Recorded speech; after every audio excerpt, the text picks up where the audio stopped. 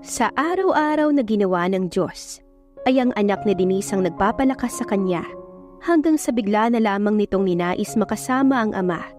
Sakto namang nalaman niya na ang bagong CEO ng kumpanya na pinagtatrabahuhan ng kaibigan niya ay ang ama ng kanyang anak. Yun na nga ba ang sign para ipaalam niya sa lalaki ang tungkol sa anak nila?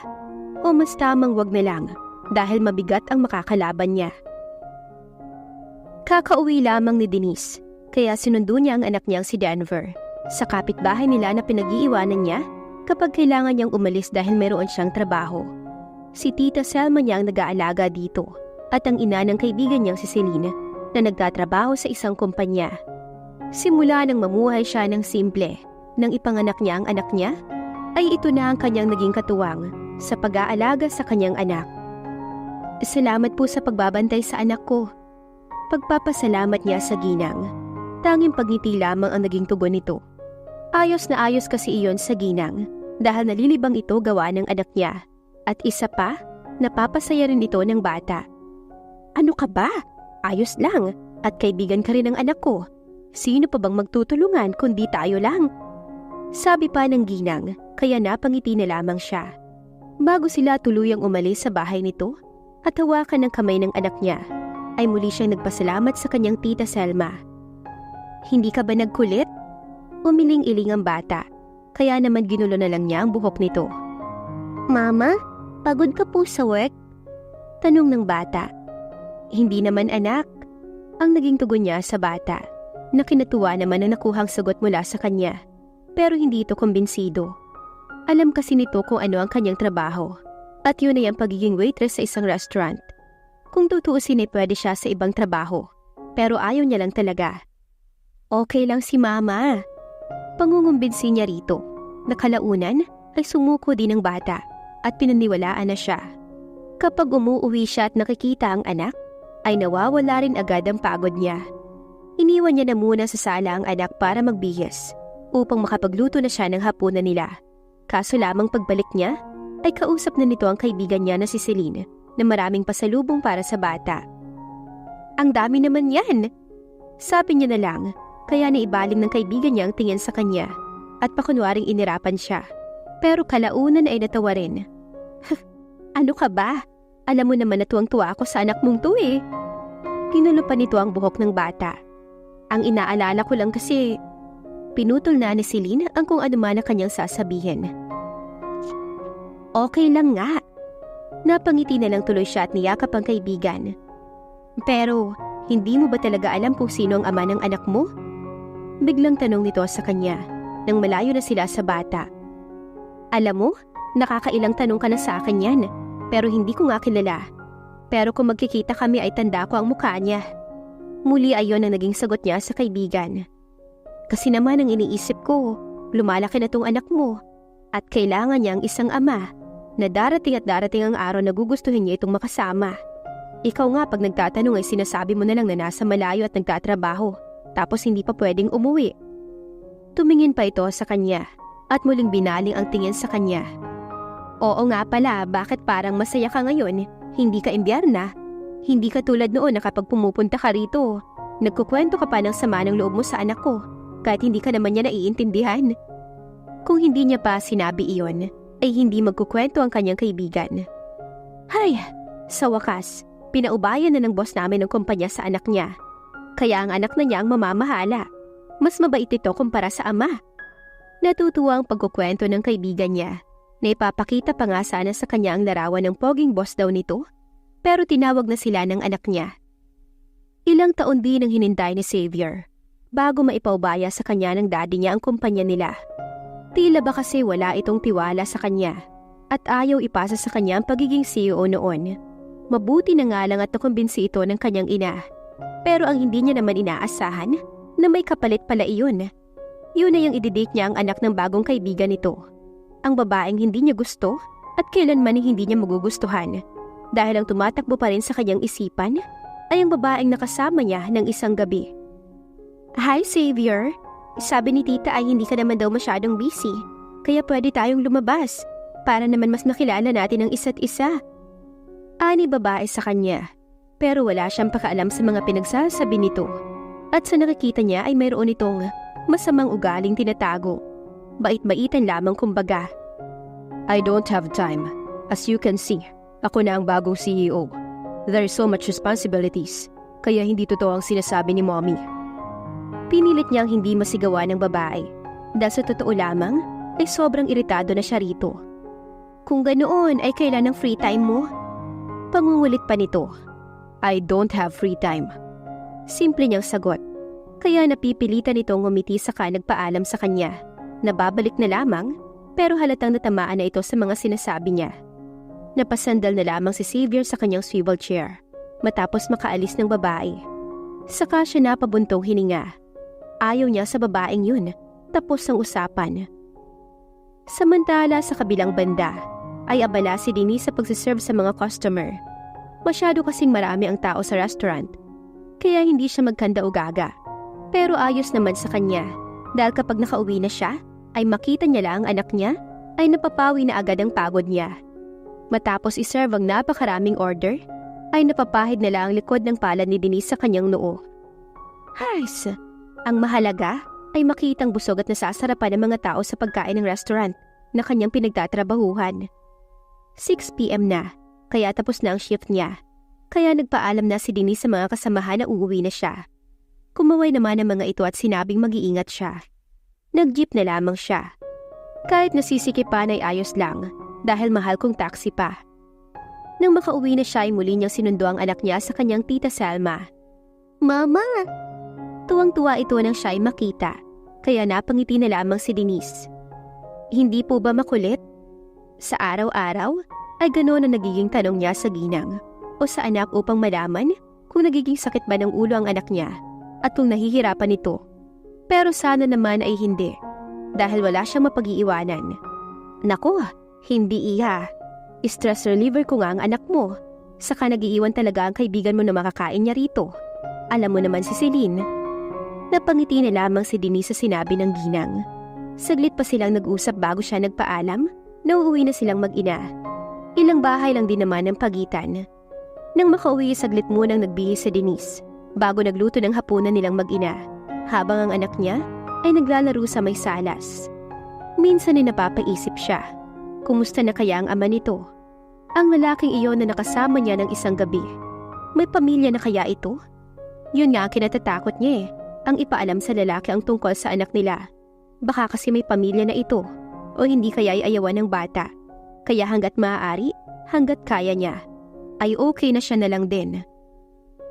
Nang sumunod na araw, ay hindi na nagluto pa ng hapunan si Denise. Dahil inimbita na lamang siya ng nanay ni Celine, na doon na lamang sila kumain sa bahay ng mga ito. Marami daw kasing biniling ulam ang kaibigan niya, at pauwi na raw ito kaya salo-salo na lamang sila. Nakakahiya naman sa ginang kung tatanggi siya, lalo pat minsan lang ito mag-imbita, kaya pinoonlakan niya na. Hinintay na lamang nila dumating ang kanyang kaibigan. Nang makauwi na ang kaibigan niya, matapos nitong dalhin ng mga dalang pagkain sa may hapagkainan, ay niyakap siya nito. Halatang halata na masaya ito, dahil sa ngiti pa lang ng labi nito. Bakit parang ang saya-saya mo naman? Takang tanong niya. Kasi sobrang bait nga ng bagong CEO. At hindi katulad ng tatay niya. Pagkukwento pa nito, hindi kami tinatambakan ng trabaho at concern pa. Napangiti na lamang siya. Baka kasi nagugustuhan mo naman.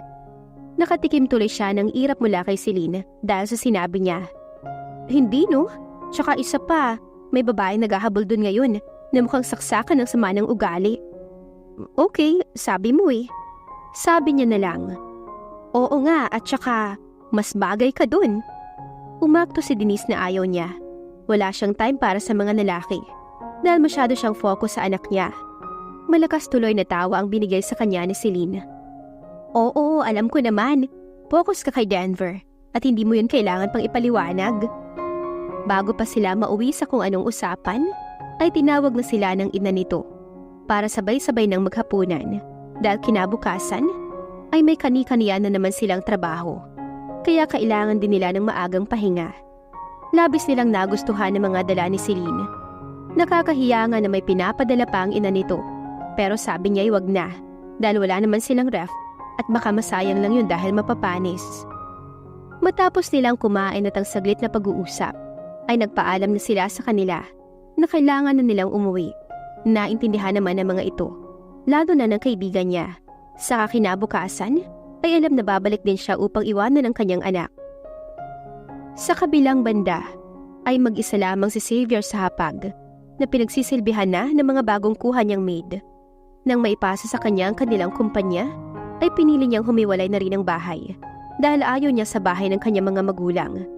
Naiinis na rin kasi siya dahil laging usapan ng mga ito ang tungkol sa magpakasal na raw siya, pero sana ay sa babaeng magugustuhan daw ng mga ito.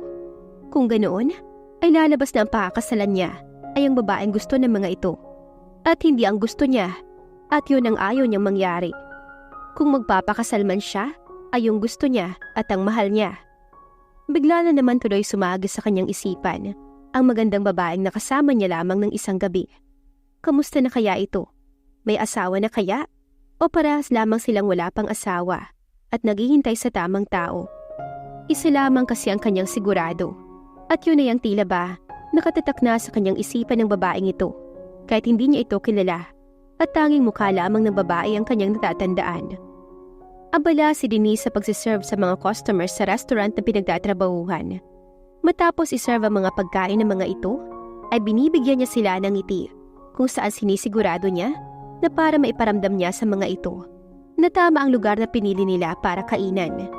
Panay lamang ang ngiti niya kahit na sa mga pumupuri sa kanya na maganda siya. Ngunit ang ngiti na iyon ay mabilis na nawala nang makita niyang isang pamilya na masayang kumakain. Ang babaeng anak ay masayang-masaya dahil kasama niya ang kanyang mommy at daddy. Dapat nga'y maging masaya siya sa nakikita niya, pero hindi niya alam kung bakit hindi niya magawa.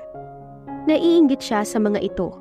Siguro kung hindi lang maagang nawala ang mommy niya at hindi naging ganon ang daddy niya, ay sana'y masaya pa sila.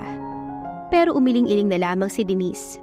Dapat hindi palaging ganoon ang ma-feel niya dahil meron naman siyang anak na nagpapasaya sa kanya at nagbibigay lakas. Dapat niya nang kalimutan at huwag alalahanin pa ang mga taong hindi naman importante sa kanya at wala nang kahit ano pang ambag sa kanyang buhay. Samantala sa company ng mga Samaniego, ay abala si Xavier sa pagbabasa at pag-check ng mga documents nang bigla na lamang dumating si Stacy na sana'y hindi na lang dahil naaabala siya sa kanyang ginagawa. Dahil sa mga walang kakwenta-kwenta nitong pinagsasabi. May dala raw itong pagkain para sa kanya na niluto pa raw nito, pero hindi siya naniniwala dahil sigurado siya na in-order o pinaluto lamang iyon ng babae. Masyado kang hardworking at napakasipag talaga, kaya naisipan ko na dalahan ka ng lunch, Xavier. May ngiti sa labi na sabi nito. Natuwa ang babae at nabakasyon sa mukha nito nang bitawan niya ang mga papeles na kanyang binabasa at nang ituon niya ang atensyon niya rito. Wala kasi akong ganang kumain at mapili rin ako sa pagkain. Simple niyang sagot, pero ang totoo ay hindi naman siya mapili sa pagkain. Pero pagdating dito ay talaga namang aawayin niya dahil ayaw niya rin talaga sa babae. Sayang naman, nag-effort pa naman ako dito. Tila ba nasaktan ng babae sa sinabi niya, kaya umakto na lamang siyang naiintindihan niya ang damdamin nito. Okay, I'll just buy some drinks, then pagsaluhan natin. Aniya sa babae, pero ang totoo ay aalis lamang siya at tatakasan niya ito. Mabuti na lamang at paniwalain ng babae, kaya mabilis niya itong napaniwala at naiwan sa kanyang opisina. Napangiti na lamang si Xavier nang makalabas na ng opisina niya at nang nasa loob na siya ng elevator. Saka siya napailing-iling. Sa labas siya kakain ng lunch. Gusto niyang mag-try ng bago, kaya hindi siya roon nagpunta sa usual niyang pinupuntahan. Bagkus ay pumasok siya sa isang restaurant kung saan nakita niya na maraming taong kumakain. Siguro ay masarap doon ang mga pagkain at handa din siya maghintay kung matagal mag-serve. Mas maganda nga iyon para matagalan din siya sa pagbalik sa kumpanya. At para na rin pagbalik niya ay wala na doon si Stacy. May lumapit sa kanya upang itanong ang kanyang order. Kaso lamang, ang nakakuha ng kanyang atensyon ay ang babaeng nagsiserve ng order ng mga customers. At nakita na lamang niya ang kanyang sarili na pinapanood ang bawat galaw nito. Tatayo na nga sana siya at lalapitan ng babae. Kaso lamang ay bigla na lang itong nawala. Siguro dahil sa labis na pag-iisip sa babaeng yun ay kung saan-saan niya ito nakikita.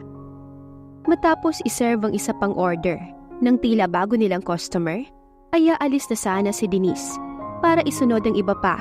Kaso nga lamang ay hinawakan ng lalaki ang kamay niya, kaya napatigil siya at napatingin dito. Sa kanya lang natitigan ang mukha nito. Nagmamadali kasi siya dahil marami pang kailangan gawin, pero dahil sa lalaki ay natigil siya. Aawang na sana ang labi niya dahil nakilala niya ito. Pero pinili niyang huwag magpakita ng kahit anong reaksyon dahil lalo lamang mahahalata na nakilala niya ito. Akala ko'y namamalikmata lamang ako. Halos magkanda utal-utal pa ang lalaki para masabi lamang ang mga salitang yon. Binawi niya ang kamay niya mula rito. Mukhang mauuwi pa sa isang pag-uusap ang lahat. Hindi ko po alam ang sinasabi niyo. Aniya sa mahina at hindi malakas na boses. Baka kasi gumawa pa sila ng eksena ng lalaki. At yun ang ayaw niyang mangyari. You're that woman, right? Ikaw yung... Hindi na nito natapos pa ang sasabihin dahil bigla na lamang siyang naglakad palayo at iniwan na ito. Baka mamaya kasi ay kung ano pa ang masabi niya. Habang si Xavier naman ay hindi makapaniwala na iniwan at tinalikuran siya ng babae. Maraming babae ang nagkakagusto sa kanya, pero ang babaeng yun ay hindi siya pinansin at tinakbuhan lamang siya. Kaya talagang hindi siya makapaniwala. Susundan niya na sana ito, kaso lamang ay may humarang sa kanya. Ano pong kailangan niyo, sir? Tanong nang sa tingin niya ay may-ari ng resto. Gusto ko lamang makausap ang isa sa mga waitress niyo. Aniya sa mahinahon na boses. Pasensya na po pero masyadong busy ngayon at maraming trabaho. At saka malay ko ba kung may masama kang balak? Saad ng mapanghusgang may-ari, kaya napahawak na lamang si Xavier sa kanyang sentido. At walang choice kundi ang bumalik sa pwesto niya at kainin ang pagkain na in-order niya. Matapos maubos ang order niya, ay naghintay pa si Xavier na muling lumabas ang waitress. Pero hindi na niya ito nakita pa. Marahil ay nagtago dahil nakilala nga siya at natandaan ang nangyari sa kanila. Dahil kung hindi ay bakit ganoon ang magiging reaksyon nito at bakit siya iniiwasan. Gustuhin man niya ang mag-stay doon nang mas matagal ay wala siyang choice kundi ang umalis. Dahil may kumpanya pa siya na kailangan niyang asikasuhin. Pero isa lang alam niya, ay ang babalik siya sa restaurant na yon. Lingid sa kanyang kaalaman na tinataguan talaga siya ni Denise. May problema ba? Tanong ng may-ari ng resto sa kanya o ng boss nila. Wala po ma'am. Aniya sa nahihiyang boses. Are you sure? Bakit parang takot na takot ka sa lalaking yun? Hindi kumbinsidong sabi nito. Nakakahiya naman kung sasabihin niya ang totoo. Kaya ginalingan na lang niya paggawa ng dahilan. Hindi ko nga po yun kilala eh. Baka nagkakamali lang. Paliwanag pa niya na kinatango na lamang ng boss nila. Nang tignan niya ang kaninang table ng lalaki, ay sa wakas wala na ito. Kaya nakahinga na siya ng maluwag at nakabalik na sa pagtatrabaho. Sana nga lamang ay hindi na magbalik pa ang lalaki doon. Dahil kung babalik man, ay isa lang muli ang gagawin niya. At yun ay ang iiwasan niya ito, kahit ito pa ang ama ng anak niya. Kasi malay niya ba kung may pamilya na ang lalaki? Ayaw niyang makasira. Kaya niya rin naman buhayin mag-isa ang anak nila. Hindi pa rin mawala sa isipan ni Denise ang nangyari sa resto. Hanggang sa pag-uwi at nang nasa bahay na sila ng anak niya, ay walang tigil ang malakas na kabog ng kanyang dibdib. Kung hindi nga lang siya nakaiwas sa lalaki, ay tiyak na uulanin siya ng tanong mula rito. Hoy, okay ka lang ba? Halos atakihin sa puso si Denise nang bigla na lamang sumulpot sa tabi niya ang kaibigang si Celine habang siya ay nagluluto. Oo naman. Aniya at ngumiti pa, pero hindi kumbinsido ang kaibigan niya. Sigurado ka? Sabi ni nanay nung sunduin mo raw si Denver, parang wala ka raw sa sarili mo. Hindi, ayos na ako, baka pagod lang. Patuloy niyang pagpapaliwanag sa kaibigan. Kalaunan ay nakumbinsi niya rin ito. Hanggang sa nagpaalam na ito na kailangan niyang umuwi. Ayaw niyang sabihin kay Celine ang totoo dahil ayaw niyang maging isipin pa ng kaibigan niya dahil may sariling trabaho din ito at problema sa buhay. Matapos nilang kumain mag-ina, ay pinapunta niya sa kwarto ang anak upang makapaglinis na ng katawan habang siya naman ay nagliligpit. Pero hindi pa rin mawala sa isip niya ang ama ng kanyang anak. Bakit niya nga ba ito iniisip? Gayong wala naman siyang balak na maghabol dito. Matapos gawin ang lahat ng kailangan na gawin, ay tinungo na ni Denise ang kwarto nila ni Denver. Nakatulog na rin pala ang anak niya. Siguro ay dahil na rin sa tagal ng pagmumuni-muni niya ay hindi na siya naantay. Napangiti na lang siya habang pinagmamasdan nito. Mabuti na lang at may nakuha din itong feature sa kanya, kaya hindi kamukhang kamukha ng ama. Nang napuan na siya ng antok ay tumabi na siya sa kanyang anak at niyakap ito saka ipinikitang mga mata. Kinabukasan ay maagang gumising si Xavier. Pero syempre, hindi pa siya pupunta sa restaurant na yon dahil aayusin niya na muna ang lahat ng kailangan niyang ayusin sa kumpanya, pati pa ang kailangan mga pirmahan bago umalis doon upang makita ang babaeng yon na walang tigil sa pagtakbo sa kanyang isipan. Mabilis siyang nakarating sa company dahil wala namang traffic. Maayos sana ang umaga niya, pero nadatnan niya sa kanyang opisina ang mommy niya na mukhang alam niya kung bakit ito nandoon o ano ang pakay nito. Tsak na sisermonan lamang siya ng kanyang ina dahil sa ginawa niya kay Stacy. Galit na galit ang daddy mo. Pagsisimula nito sa usapan. Why? Pakunwari ay wala siyang alam dahil alam naman talaga niya ang dahilan. Nagsumbong sa daddy mo ang daddy ni Stacy. Pinaghihintay mo ba naman? Bakit mo ba naman kasi ginawa yun, anak? Nai-stress na sabi ng mommy niya. I don't want that woman, mom. Simple niyang tugon at umupo sa kanyang swivel chair. Pero anak, hindi ba pwedeng pagbigyan mo muna ang daddy mo? Date her then. Hindi niya pinatapos ang ina sa sasabihin. Then what? Sa kasal mauuwi? At wala akong magagawa? Hindi ko i-date ang babaeng yon dahil unang-una, hindi ko siya gusto. May iba na akong gusto. Ang biglang pumasok sa isip niya ay ang babaeng nakasama niya ng isang gabi lamang. Yung babaeng nagtatrabaho sa resto. And who's that woman? Takang tanong ng kanyang ina, pero ngumiti lamang si Xavier. Soon, mom, you'll meet her. Matapos umalis ng mommy niya sa company, ay umalis na rin siya para magpunta sa may restaurant. Never in his life na imagine ni Xavier na gagamitin niya ang pagiging CEO niya para makapanakot ng ibang tao. Bakit niya naman kasi ikakalat sa iba na CEO siya? Gayong mas maganda na walang nakakaalam. Pero para makausap ang babaeng nagpapagulo sa kanyang isipan, ay tinakot niya ang may-ari ng restaurant na kung hindi papakausap sa kanyang babae, ay sisiguraduhin niyang malulugi ang restaurant na yun. Panakot lamang kumbaga dahil hindi niya magagawa ang ganung bagay. Hindi inaasahan ni Denise na babalik ang lalaki sa restaurant at ang mas malala pa, ay gusto ng boss niya na kausapin na niya ito at wala na siyang nagawa kundi ang kausapin ito dahil sabi ng boss niya, maaari siyang mawala ng trabaho kapag hindi niya ginawa iyon. Kaya naman inis siyang naglakad papunta sa lalaki kung saan hindi niya alam kung bakit napapangiti ito, gayong siya'y inis na inis. Yun lang pala ang kailangan kong gawin para makausap ka ng maayos. Sabi pa nito. Anong ginawa mo? Naiinis niyang sabi sa lalaki. Look, I know na naaalala mo ko. Pagkatapos ba? Hindi niya nahinayaan pa ang lalaki na tapusin kung ano man ang sasabihin nito. Huwag mo nang ituloy. It's just a one-night mistake. Dala lang ng alak. At alam kong para sa'yo ay ganun din yun. Kaya bakit kailangan mo pa ako makausap at guluhin ako sa trabaho ko? Gustong-gusto niya na ang bumalik sa trabaho niya. Pero ang lalaking to ay kinakausap pa siya. Dahil simula ng gabing yun na may nangyari sa atin, hindi ka na nawala pa sa isip ko. It's been 5 years, pero hindi ka pa rin nawawala. Hindi ko nga alam kung anong meron sa'yo. Maski ang lalaki ay naguguluhan, kaya upang matapos na ang usapan nila, ay kung ano-ano na lang din na salita ang lumabas sa bibig niya. Problema ba yun? Then, makipag-sex ka sa iba, o sa asawa mo kung may asawa ka man. Huwag ako ang guluhin mo, dahil kanalimutan ko na ang gabing yun, mister. Pagtataray niya, I have a name. Don't call me mister. I am Xavier Samaniego and... Hindi siya interesado sa kung anumang sasabihin pa ng lalaki. Kaya iminwestra niya ang kamay na nagsasabing tumigil na ito sa pagsasalita. At wala akong pakialam. Aniya tinalikuran na ito. Buong akala niya ihahabulin na naman siya o hahawakan ng lalaki ang kamay niya. Pero hindi nito iyon ginawa.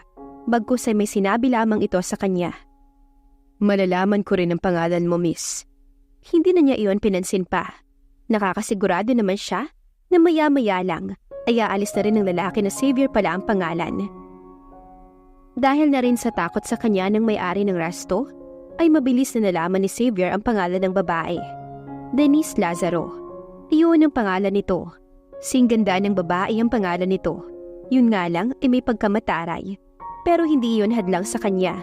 Bagkus ay nata-challenge pa nga siya.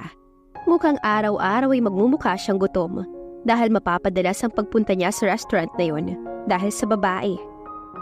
Malalim ang iniisip ni Denise nang bigla na lang siyang napahawak sa kanyang dibdib dahil ginulat ba naman siya ni Celine na kadarating lang. Tapos niya nang sunduin ang anak sa bahay ng mga ito at tapos na rin silang kumain ng hapunan.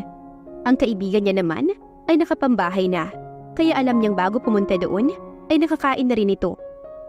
Mukhang malalim ang iniisip mo Napapangiting sabi ng kaibigan niya na mukhang may iba ng ideyang tumatakbo sa isipan.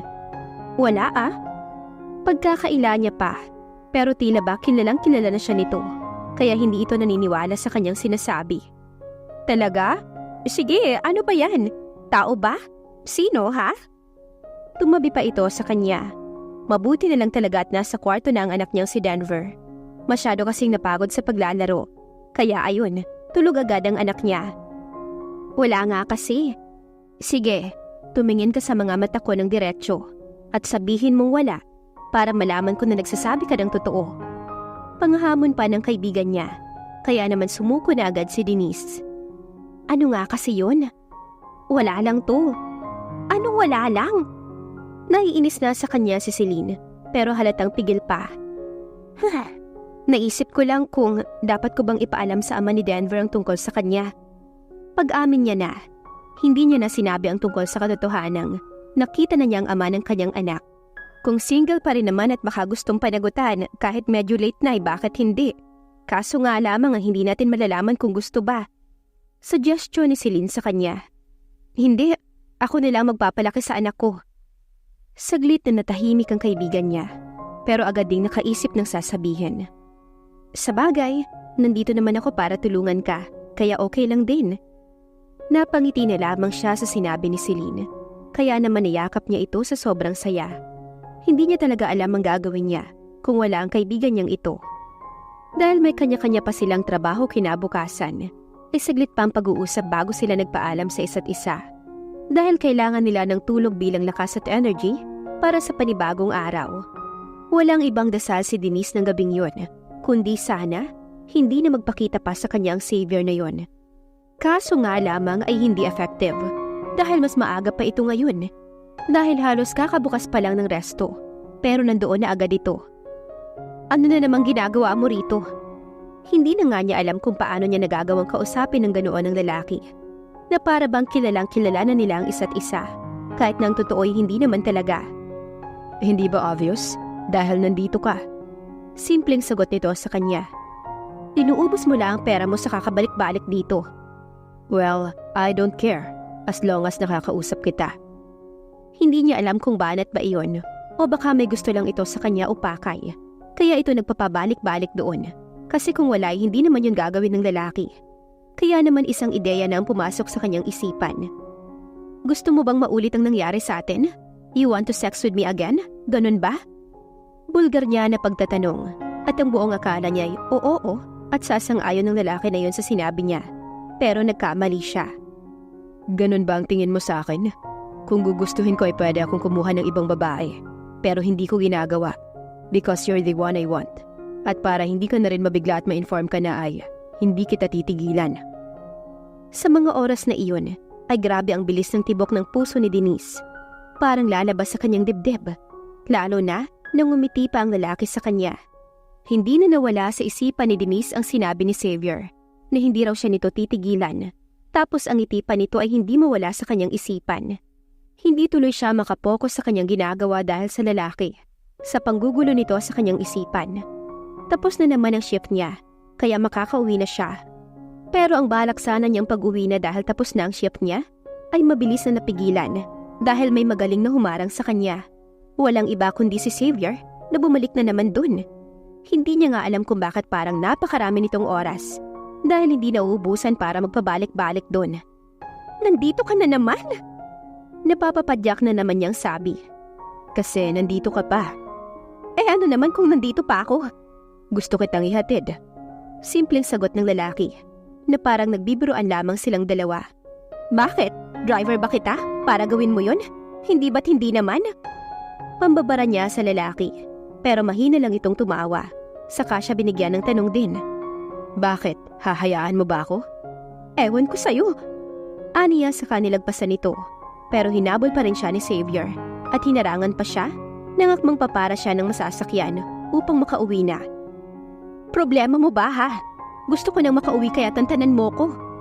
Inis niyang turan sa lalaki. Kaya nga ihahatid kita. Hindi ko kailangan. Magbabayad na lamang ako ng masasakyan. Akala niya isusuko ng lalaki sa pangungulit sa kanya. Pero mas makulit pa pala ito sa bata. Then, walang aalis dito sa ating dalawa. Sumandal pa ito sa sasakyan nito. Kaya napatingin na lamang siya sa kanyang cellphone sa oras na roon. Tiyak kasing naghihintay na sa kanya ang anak niya. Oo na, sige na, ihatid mo na ako. Pero hindi naman siya magpapahatid sa lugar talaga nila dahil hindi pa siya baliw para gawin yon. Isang malawak na ngiti ang sumilay sa labi ni Xavier. Labis itong natuwa sa pagpayag ni Denise. Kahit na medyo tahimik ito sa biyahe, ay ayos lang sa kanya. Pero at least, di ba, kasama niya ito at nasa loob ng kanyang sasakyan. Kahit na sa tingin niya ay halos hilingin na nito na sana'y makarating na agad sila sa kanilang paroroonan. Diyan na lang ako sa tabi. Itinigil niya sa isang tabi ang sasakyan nang sabihin niyo ng babae. Hindi naman siguro masama kung palagi ko tong gagawin. At bakit naman? Hindi ka pa naman nasisiraan ng bait para gawin yon. Gayong wala naman tayong relasyon na dalawa. Nababaliw ka na ata. Hindi ba kapaniwala na sabi ng dalaga? Sabihin na nating nababaliw. At saka bakit gusto mo nang magkarelasyon tayo? Kung gano'n ay, gawin mo akong boyfriend mo. Napairap na lamang ang babae sa kanyang sinabi. Umuwi ka na lang sa inyo. Baka may naghihintay na sa'yo. Lalo pat baka trip-trip mo lang tong ginagawa mo. Walang naghihintay sa akin. Sa'yo ba? Tanong niya kay Denise na tila ba saglit pang nag-isip bago sagutin ang tanong niya. Oo, meron. Boyfriend ko. Kaya nga ayaw ko na magpahatid sa'yo eh. Pero ayaw mo akong tigilan. Saka siya nito tinilikuran.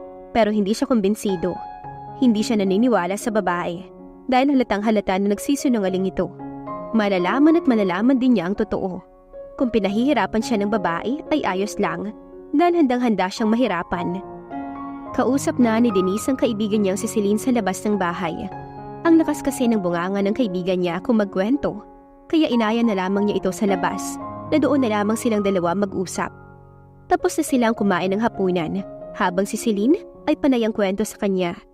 Hindi nga lang masabi sa kaibigan niya ang dahilan kung bakit nakauwi na ito at lahat sa bahay nito ay wala pa siya at hindi niya pa nasundo ang anak.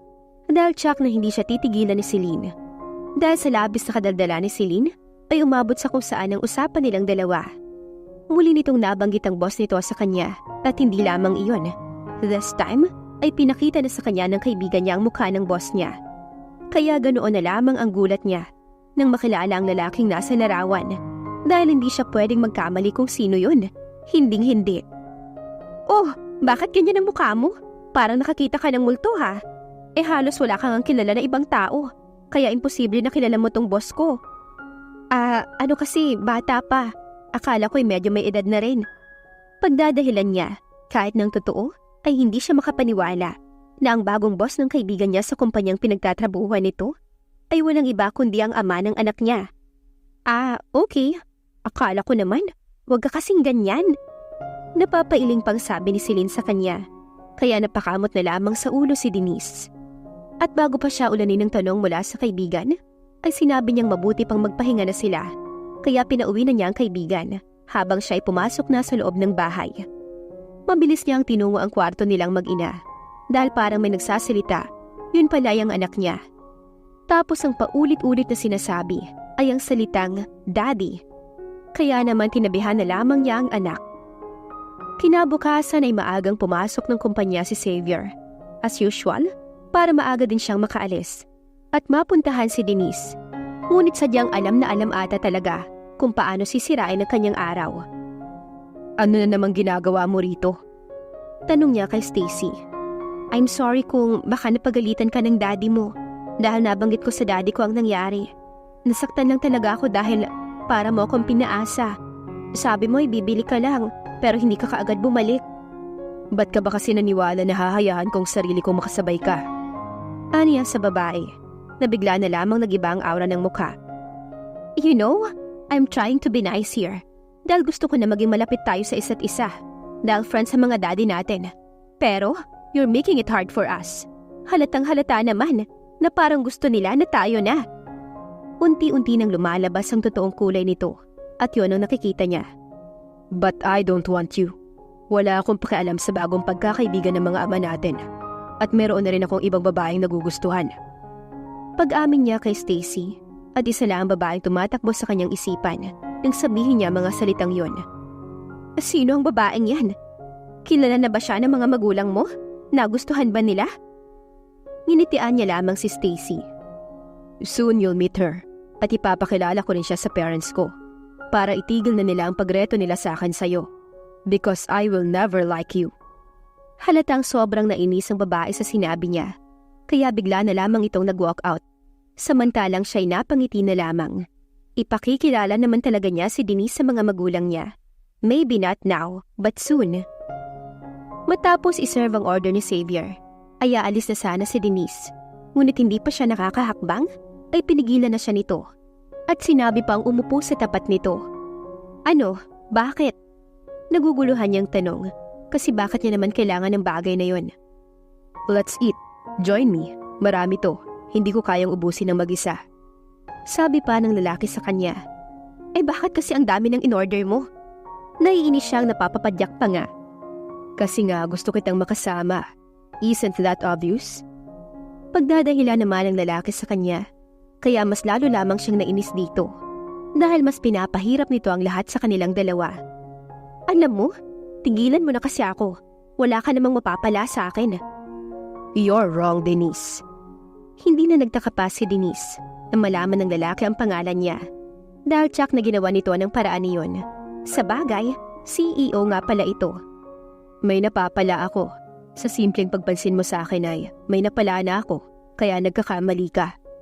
Dagdag pa ng lalaki. CEO ka, diba?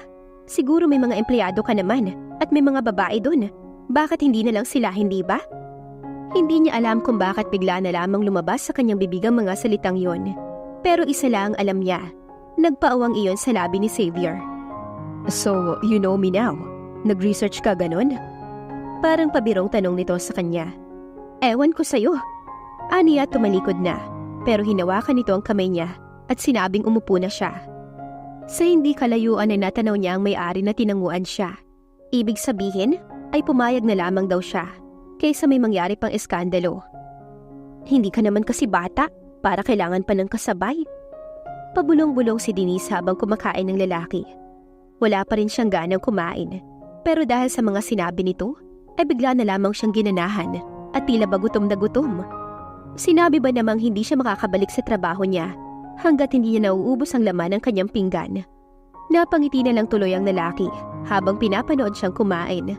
Samantalang siya ay naiilang dahil ayaw niya talagang pinapanood siya, lalo na kapag siya ay kumakain. Alam mo, kasalanan mo kapag may bigla na lamang sumugod sa akin. Ewan niya rin kung bakit bigla na lamang niyang nasabi ang mga salitang yon out of nowhere. Why? Hindi na lamang siya sumagot, pero kalaunan ay mukhang naintindihan din nito ang ibig sabihin niya. Oh, so you were thinking na baka may karelasyon na ako.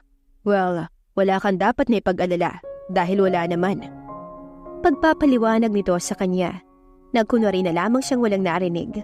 Pinilisan na talaga niya ang pagkain upang maiwan niya na talaga ang lalaki. At mabilis siyang natapos. Babalik na sana siya sa trabaho na ilang beses na niyang sinubukan mula kanina pero hindi niya magagawa at muli na naman siyang natigil dahil sa sinabi nito. Siguro kung may nabuo lamang noon at may anak na tayo ay may dahilan para maghabol ka at magpakasal tayo ngayon. Hindi niya alam kung bakit nasabi ng lalaki ang mga salitang yon pero isa lang alam niya at yun ay nagkaanak silang dalawa.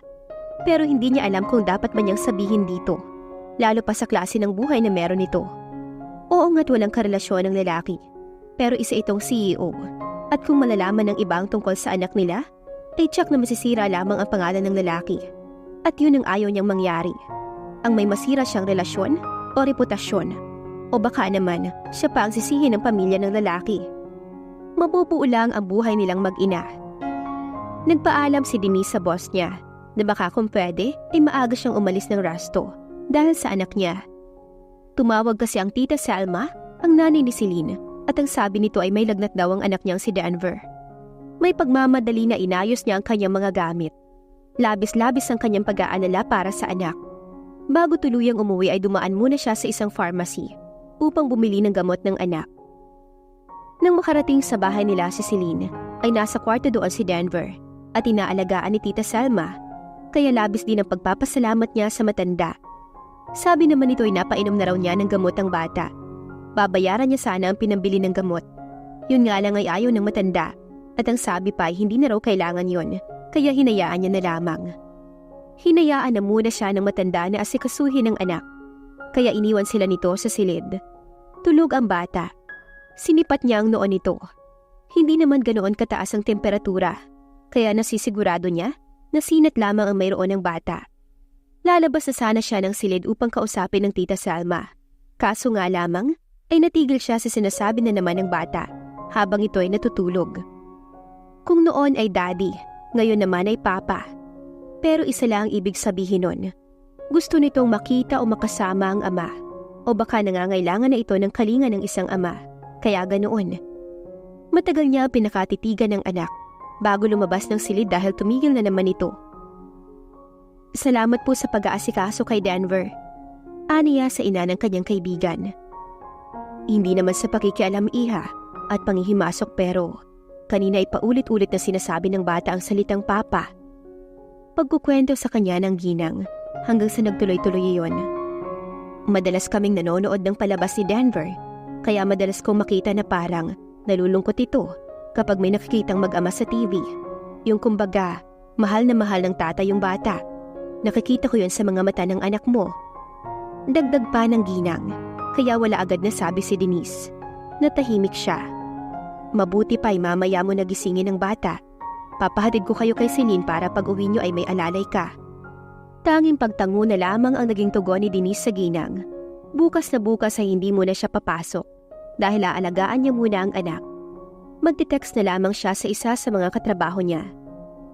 Samantala sa kabilang banda ay kinataka ni Xavier ang pag-uwi ni Denise ng maaga at hindi pa tapos ang shift nito. Tinatanong niya pa ang boss nito, ngunit ang sabi ay hindi pwedeng sabihin sa kanya. Hindi na naman siya nangulit pa at hindi na ito tinakot.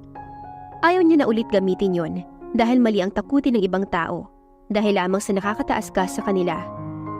Sumabay pa ang pagtawag sa kanya ng kanyang ina tungkol sa kailan niya raw ipapakilala sa mga ito ang babaeng nagugustuhan niya. Pero paano niya naman gagawin yun kung hindi pa nga niya nakukuha ang loob ni Denise? Pero gagawa niya na lamang siguro ng paraan dahil kung sasabihin niya kay Denise na may gano'n na kailangan mangyari, ay baka hindi ito magpakita.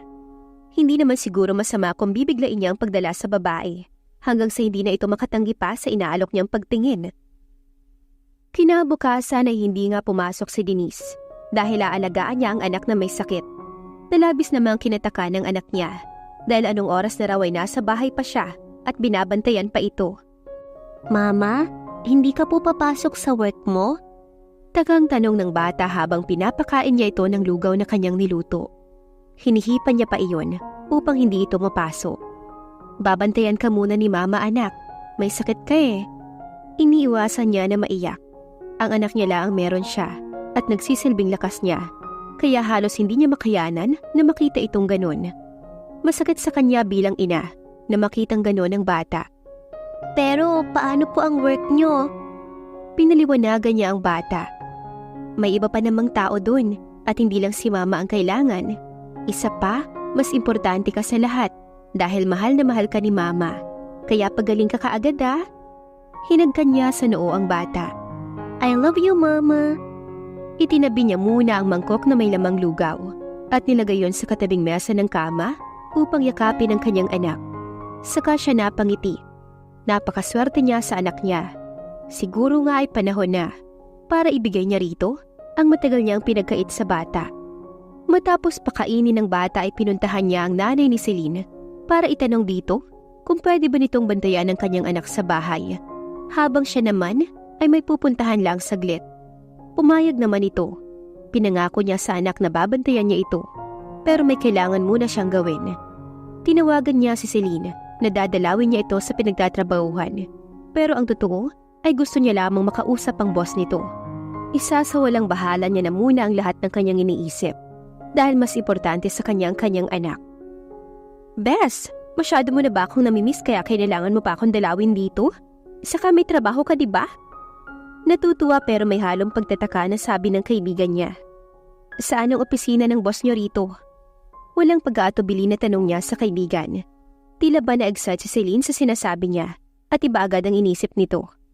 Bakit, ha? Mag-a-apply ka na ba dito, ha? Dito ka na ba magtatrabaho kasama ko, ganun ba? Magaling ka naman, kaya pwedeng-pwede ka dito, friend. Pamumuri pa ni Celine sa kanya.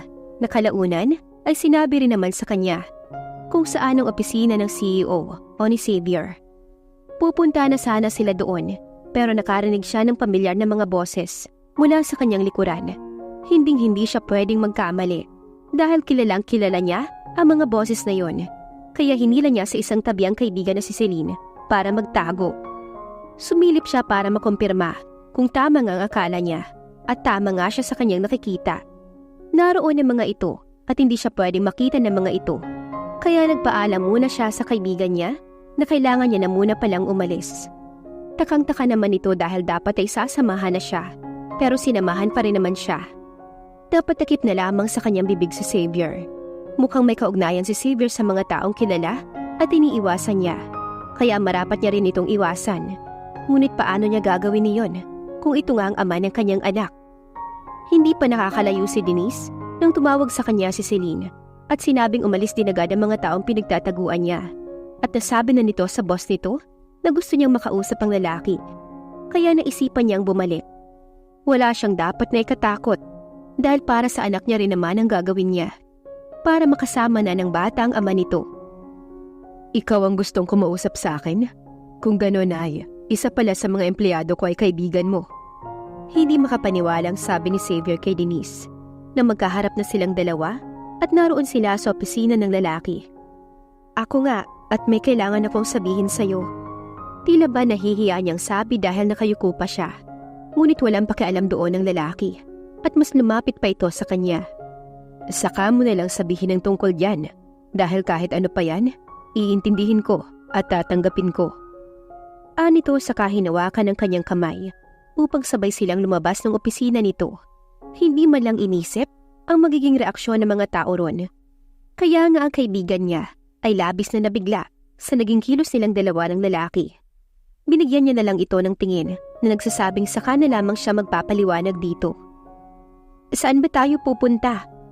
Wala siyang nakuhang sagot mula sa lalaki. Alam niyang hinihintay na siya ng anak nila, kaya nag-text na lamang siya sa kanyang tita Selma na baka anong oras na siya makakauwi dahil sa inaasikaso pa rin nito ang bata. Maiintindihan naman iyon ng kanyang anak. Nakita na lamang niya ang sarili, nakasama si Xavier at magkasabay silang naglalakad papasok ng isang mall. Mukhang may bibilhin lang pala ang lalaki, pero bakit naman kailangan pa ng kasama at siya pa? Ito na ang namili ng damit na babagay sa kanya nang pumunta sila sa isang store na sa tingin niya ay mahal ang mga tindang damit doon.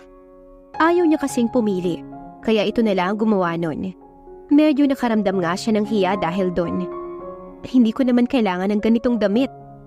Anya sa lalaki nang hindi niya nagustuhan ang napili nito, kaya wala siyang choice kundi siya na lamang ang pumili. At yung simple lang ang pinili niya dahil hindi niya rin naman alam kung saan yun kailangan na isuot. Lahat naman ay babagay sa'yo. Simpleng sabi ng lalaki, bago nito binayaran ang damit. Baka kasi nagugutom na siya, kaya kumain na muna silang dalawa roon. Buti nga't hindi ito nagtatanong kung bakit hindi siya pumasok ng araw na yon. Bakit pala napaaga ang uwi mo kahapon? Tanong ng lalaki sa kanya. Pagod siguro. Medyo nahihiya siyang aminin sa ganoong lugar ang tungkol sa kanilang anak. Sa buong maghapon ay si Xavier lamang ang kasama niya. Is it okay na ipakilala kita sa mga magulang ko bilang babaeng aking nagugustuhan? Well, I really like you. Ang hindi ko lang alam ay kung okay lang ba sa'yo na ipakilala kita sa kanila bilang ganon. Paliwanag ng lalaki sa kanya. Gusto niyang tumanggi pero hindi niya nagawa kaya tumango na lamang siya. Yung sasabihin mo pala, ano yun? Pwede mo namang sabihin sa akin habang hindi pa tayo pumupunta doon. Nakabihis na kasi silang dalawa at papunta na sa bahay ng mga magulang nito upang ipakilala nga siya. Mamaya na lamang. Ngumiti lamang sa kanya ang lalaki hanggang sa nasa loob na sila ng sasakyan nito at papunta na sa bahay ng mga magulang nito. Nang naroon na sila ay naunang bumaba si Xavier upang pagbuksan siya ng pinto at alalayan na rin. Siguro ay mabuti na rin ang gagawin nila dahil kung totoong wala nga itong karelasyon at napakikilala siya ng lalaki bilang babaeng nagugustuhan nito, ay mas lalong mawawala ng pag-asa ang ibang babae rito. Buong akala niya ay sa mga magulang lang siya ipapakilala ng lalaki. Ngunit bakit may iba pang tao doon? At ang mas hindi niya inaasahan ay nang makilala niya ang mga ito. Ganoon na lang din ang gulat sa mukha ng mga ito nang makita siya. Matapos ang ilang taon na hindi pagkikita. Iho, siya na ba ang babaeng nagugustuhan mo? Tanong ng ginang na kinagagalitan niya. Pero hindi naman ito kasalanan na ito ang mas minahal. Ngunit kahit ganoon, ay hindi may kakailang katotohanan na hindi ito ang legal. Yes, this is Denise Lazaro, the girl that I liked. Pagpapakilala pa ni Xavier sa kanya, ninitian lamang siya ng ina ng binata na halatang tanggap siya. Ngunit ang ama nito ay tila ba pinagmasdan muna siya mula ulo hanggang paa at parang inaalam ang kanyang buong pagkatao. Hindi niya lubos akalain na ganoon pala ang lolo ng anak niya. Anong trabaho mo, iha? Tanong pa ng Ginoo sa kanya, kaya nakaramdam si Denise ng panliliit sa sarili. Dahil alam niya sa sarili kung anong klase ng trabaho ang mayroon siya. She's a waitress, pero hindi naman yun importante, hindi ba? What is important is, gusto namin ng isa't isa. At anong ginagawa ni Stacy at ng mga magulang niya rito? Pagkatapos nila akong puntahan ng mga magulang niya kanina, ay nandito na naman sila. Ang naging tugon ni Xavier sa ama nito. Gusto nilang malaman kung sino ang nagugustuhan mo, kaya hindi mo magawang i-date si Stacy. May diin na sabi ng Ginoo, sabay tingin sa kanya. Dahil mukhang may magaganap na pagsasagutan, ay nag-excuse na muna ang mommy ni Xavier. Nakakausapin muna ang asawa at ang anak nito. Kaya naiwan siya sa mga taong ni minsan ay hindi na niya ninais pang muling makita. Anong ginagawa mo rito? At buhay ka pa pala. Paano kayo nagkakilala ni Xavier, ha? Pagtataray sa kanya ni Stacy. Wala ka na doon, Stacy. Aniya sa babae. Nahalatang nainis sa kanya, kaya hinawakan nito ang braso niya ng madiin. Sa puntong gusto siyang masaktan at takutin na rin. Lumayas ka na noon, hindi ba? Bakit ngayon nagpakita ka pa ulit? At ang lalaking inakit mo pa ay ang gusto ni Daddy para sa akin. Mahinang natawa na lang si Denise sa sinabi nito. Baka nakakalimutan mo na ang sinasabi mong daddy mo ay daddy ko rin. Dahil ako ang legal. Dahil noon, di ba, kabit lang ang mommy mo. Pero namatay ang mommy ko. Kaya naging madali ang lahat para sa inyong mag-ina. Matapang na saad ni Denise bago binawi sa maldita ang kanyang braso. Denise, ano ba tong ginagawa mo? Tinong sa kanya ng ama nang hindi niya na maramdaman pa na ama niya simula nang mawala ang kanyang ina. Nang maglayas nga siya at biglang nawala, ay hindi man lang siya pinahanap. Halatang walang pakialam. Hindi ko kasalanan, Dad, na hindi magustuhan ni Xavier ang isang anak niyo. At kung umaasa kayo na itataboy ko siya para lang kay Stacy, ay wala kayong mapapala. Dahil gusto ko si Xavier at ako ang gusto niya. Baka nga kapag sinabi niya na may anak na rin sila ni Xavier, ay labis na magulat ang mga ito. Sasaktan sana siya ni Stacy, pero may bigla na lamang humarang. Walang iba kundi si Xavier, na sobrang sama ng tingin kay Stacy at hawak ang kamay ng babae bago pa balyang binitawan. Wag na wag mong sasaktan si Denise. Anito sa babae na napairap na lamang at halatang nasaktan pero hindi lamang pinahalata bago niyaya ang mga magulang na umalis na roon. Hindi niya na inaasahan na lilingunin pa siya ng ama dahil alam niya na mas mahal nito si Stacy at ang ina nito kaysa sa kanya at sa namayapa niyang ina. Agad tinanong ni Xavier kung ayos lamang siya. At dahil nakilala na naman siya ng mga magulang nito, ay nagpaalam na agad ang lalaki na aalis na sila. I'm sorry, dapat hindi ko na ginawa yun. Ang ipakilala ka kaagad dahil munti ka pang masaktan ng dahil sa akin. Paghingi ng paumanhin ng lalaki sa kanya, nakatigil ang sasakyan sa tabi ng kalsada. Hindi kasi ito makapag-focus sa pagdadrive dahil sa nangyari kaya naisipan na gano'n na muna ang gawin. Ang totoo niyan, ay ako dapat ang mag-sorry sa'yo dahil masyado kong inisip ang sarili ko. Aniya habang nakaharap na sa lalaki at handa nang magpaliwanag dito para sabihin ang tungkol sa anak nilang dalawa. Why? Wala ka namang kasalanan sa akin. Takang tanong ng binata. No, malaki at mabigat ang kasalanan ko sa'yo. Kung alam mo lang, nahirapan lang akong aminin sa sarili pero yun ang totoo. What are you talking about, Denise? Ano bang kailangan kong malaman? Takang-taka na talaga ang lalaki at makikita iyon sa mukha nito. You already have a son. May anak tayong dalawa, Xavier. May nabuo sa ating dalawa noon at may sakit siya ngayon kaya gusto ko makausap ka dahil ikaw ang paulit-ulit niyang sinasabi kahit natulog siya. Gustong-gusto ka na niyang makasama. Hindi niya mapigilan ang kanyang emosyon at wala na siyang pakialam pa kahit na makita siya ng lalaki na umiiyak. Sandaling katahimikan ang namayani sa kanilang dalawa hanggang sa muling paandarin nito ang kotse. Akala niya ay galit sa kanyang lalaki dahil wala itong kaimik-imik. Pero nabura ang paghihinala niyang iyon nang saglit siya nitong tignan at sinabing, gusto ko nang makita ang anak natin. Napakura pa siya sa kanapatango na lang at sinabing oo, yun na nga ang gagawin nila. Ihaharap niya ito sa bata. Nagtaka pa si Xavier dahil ibang bahay ang pinuntahan nila pero hindi na ito nagtanong pa hanggang sa pumasok na sila sa bahay nila. Nagulat pa nga ang kaibigan niya sa biglaang pagdating nila, lalo na at kasama niya ang boss nito. Pero mas inuna niyang puntahan ang anak sa kanilang silid na binabantayan ng ina ni Celine na agad ding nagpaalam na lalabas muna. Tutal, naroon na naman siya at may kasama pa siyang lalaki na hindi nito kilala. Siya ang anak natin. His name is Denver, 4 years old. Palagi siyang naiiwan kapag nagtatrabaho ako. Kaya ang nagbabantay sa kanya ay ang nanay ng kaibigan ko. Napakabuti niyang bata. Pagpapakilala niya kay Xavier sa anak nila. Matagal na pinakatitigan ni Xavier ang bata hanggang sa napailing-iling ito. I can't believe na may anak na pala ako. Parang kakasabi ko lang sa'yo na sana'y may nabuo. Pero may nabuo pala talaga at may anak na tayo. Humarap sa kanyang lalaki.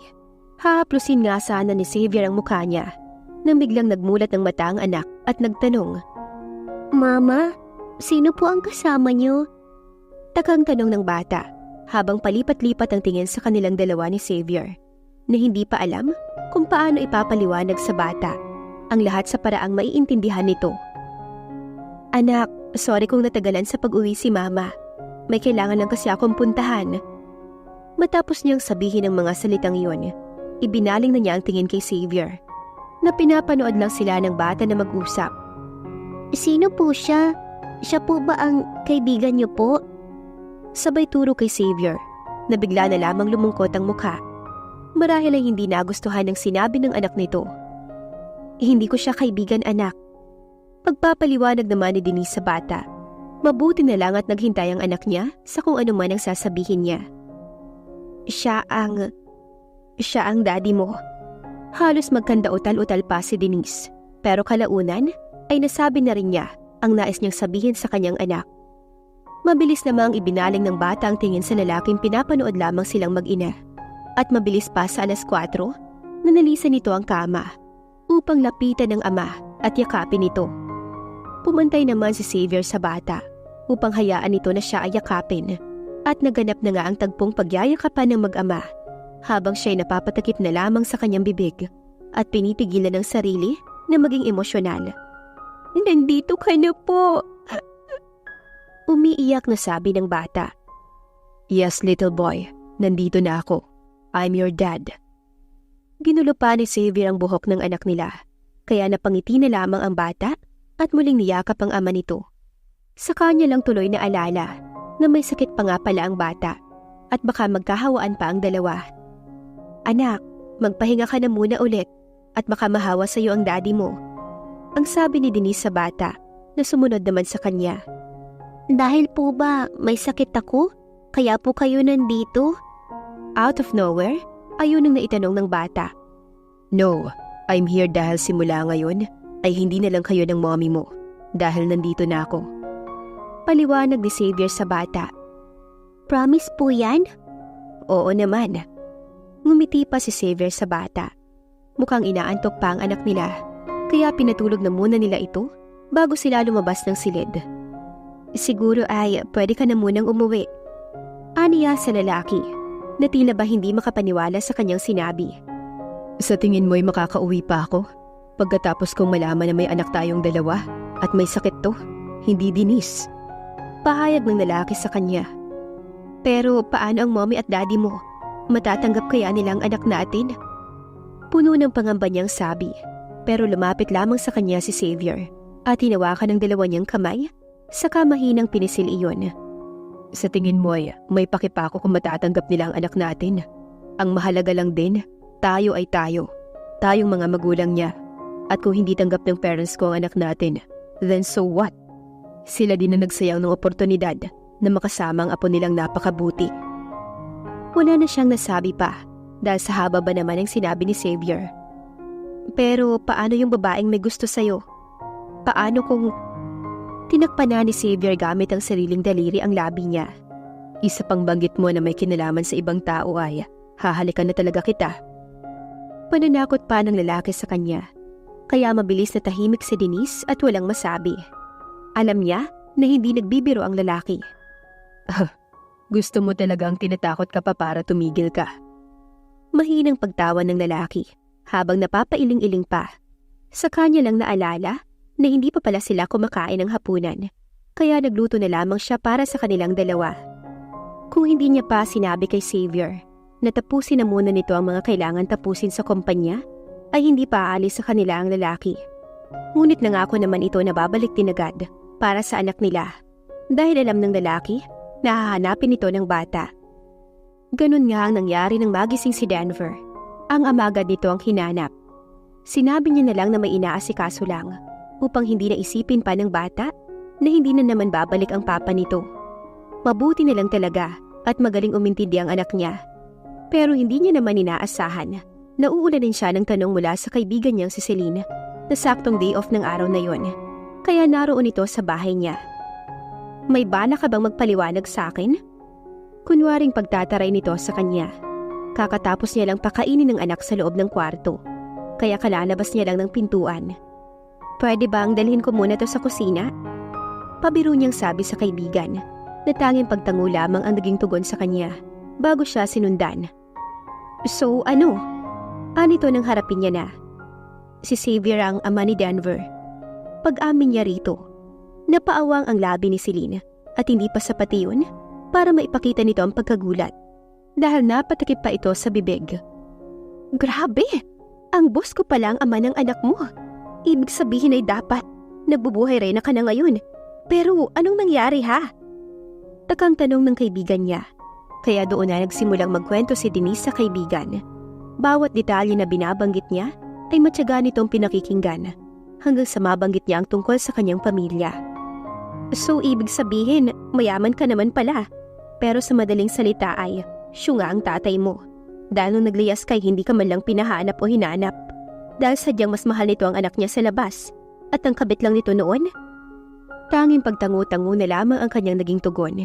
Kaya napailing-iling na lamang si Celine. At paulit-ulit na sinasabing napakawalang kwenta naman ang kanyang ama. Hays, ang malas ng tatay mo. Sure naman ako na mas maganda ka dun sa half-sister mo. Dahil kita mo naman, napakagwapo ng anak mo. Hays, may mga tao talagang syunga. Naiiling pang sabi ng kaibigan niya. Kaya mahina na lang siyang napatawa. Dahil gano'n na rin kasi ang iniisip niya tungkol sa kanyang ama. Tila ba wala na itong pakialam sa kanya. Samantala si Xavier ay paalis na sa kumpanya nang may bigla na lamang humarang sa kanya. Walang iba kundi si Stacy. Tumabi ka, Stacy. Baka makalimutan ko na babae ka. Nagpipigil na sabi niya sa babae na tila ba walang naririnig at mas lalo pang humarang. Ano bang meron sa babaeng yun? Gayong mukhang kung saan mo lang siya nakilala. Not like me, na kaibigan pa ng dad mo ang daddy ko. Pagwawala sa kanya ng babae, pero wala siyang pakialam sa mga sinasabi nito. Kailan lang din naman naging magkaibigan ng daddy mo at ang daddy ko. And about Denise, she's perfect, not like you, na may tinatagong kagaspangan ng ugali. So excuse me, dahil may kailangan pa akong puntahan. Wala nang nagawa pa si Stacy nang tabigin niya ito. Pero may pahabol pa talagang salita ang babae sa kanya. Sisirain ko kayong dalawa. Hindi ako makakapayag na maging masaya ka at ang babaeng yun. Hindi niya maintindihan kung bakit ganoon umarte ang babae. Gayong hindi naman naging sila. Pero subukan lang talaga nito na saktan ng mag-ina niya. May kalalagyan ng babae at ang pamilya nito. Kumakain si Denise at si Lynn ng biniling merienda ng kaibigan. Pero bigla na lamang sumulpot si Xavier. Kaya napatigil silang dalawa. Lalo na ang kaibigan niya na pinakatitigan ng boss nito na tila ba hindi makapaniwala na nakikita doon ang boss niya sa trabaho. Grabe sir, hindi ako makapaniwala na ikaw pala ang ama ng anak nitong BFF ko? Pabiro pang sabi ni Celine, pero hindi ito pinansin ng lalaki. Kaya nagpaalam muna ito na aalis muna para mabigyan sila ng moment na dalawa. Pipigilan pa sana niya si Celine, ngunit mabilis itong nakaalis. Bakit ganyan ang mukha mo? Takang tanong niya sa lalaki. Nagpunta si Stacy sa kumpanya kanina. Ang babaeng yun, inuubos ang pasensya ko at nagbanta pa talaga na sisirain daw tayong dalawa. Halata sa boses ng lalaki ang labis na pagkainis sa babaeng kinukwento nito. Sa bagay, totoo naman na nakakainis ang kanyang half-sister.